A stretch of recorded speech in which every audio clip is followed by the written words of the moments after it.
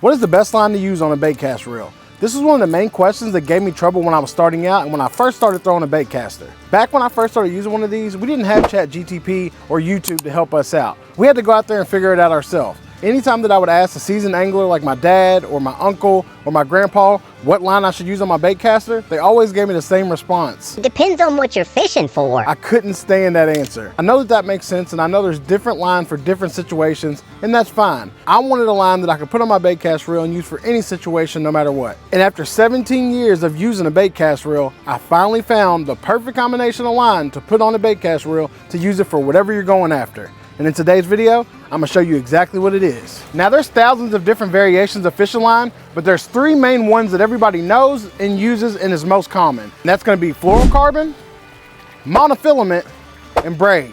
Each one of these fishing lines between the three of them have different pros and cons when it comes to using them. For example, monofilament is more buoyant and floats, while fluorocarbon is more dense and sinks. All three of these fishing lines have key differences that makes them useful for different situations, depending on what you're fishing for, where you're fishing at, and what you're fishing with. Now I can sit here and talk for hours about all three of these fishing lines and what situation each one is best for. That's not what you clicked on this video for. You clicked on this video to find out what fishing line is suitable for all situations. And that's what I'm gonna show you. But first, let's go over the pros and cons of each one of these fishing lines. That way you guys will better understand my decision on this. First up on the list, let's talk about fluorocarbon. Fluorocarbon fishing line is favored for its superior abrasion resistance, low visibility in water, and minimal stretch, making it a good choice for various fishing techniques, especially when targeting finicky fish or fishing in rocky or vegetated areas. In other words, if you were trout fishing, you would want to use fluorocarbon, especially if you were trout fishing a stream or a river that had a lot of sharp, jagged rock. To sum it up, it's strong, it's hard for fish to see in the water, and it has minimal stretch compared to monofilament.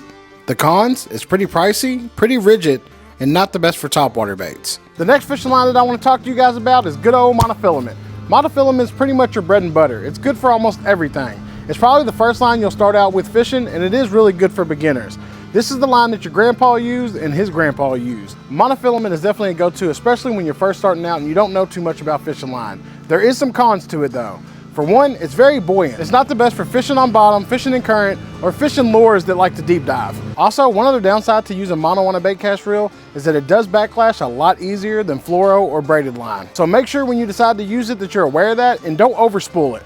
Other than that, monofilament's a pretty good line, and I always keep some in my tackle box. And last but certainly not least, we got braided line. In my opinion, braided fishing line is probably the best out of all three of these. It's super strong, super durable, has a very, very small diameter, so you can get a lot of heavy line onto a very small reel. It's extremely versatile and can pull fish almost out of any kind of structure or cover. Not only does it have strength, but it's also abrasion resistant, so you can rub up on rocks all you want, and it takes a lot before it breaks. Only bad thing about braided fishing line is that if you get a snag, it's so strong that you're gonna have to break off. Unlike mono and fluoro, we have a chance to get your bait back. With braid, 9 times out of 10, you're gonna lose it.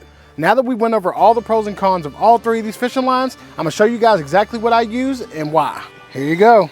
This is my go-to setup.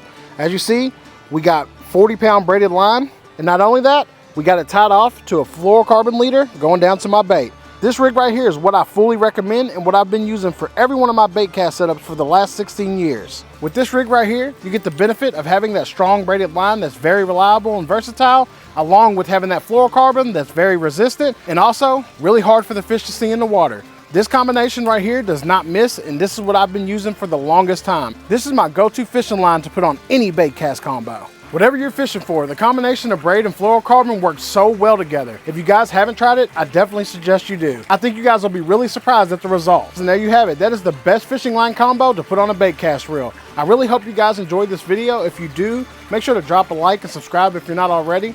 Turn on them notification bells, that way you get notified anytime I upload. I do all kinds of fishing tip tutorial videos like this, and you guys really seem to like them. So I hope you enjoyed this one too, and I will see you guys in the comments.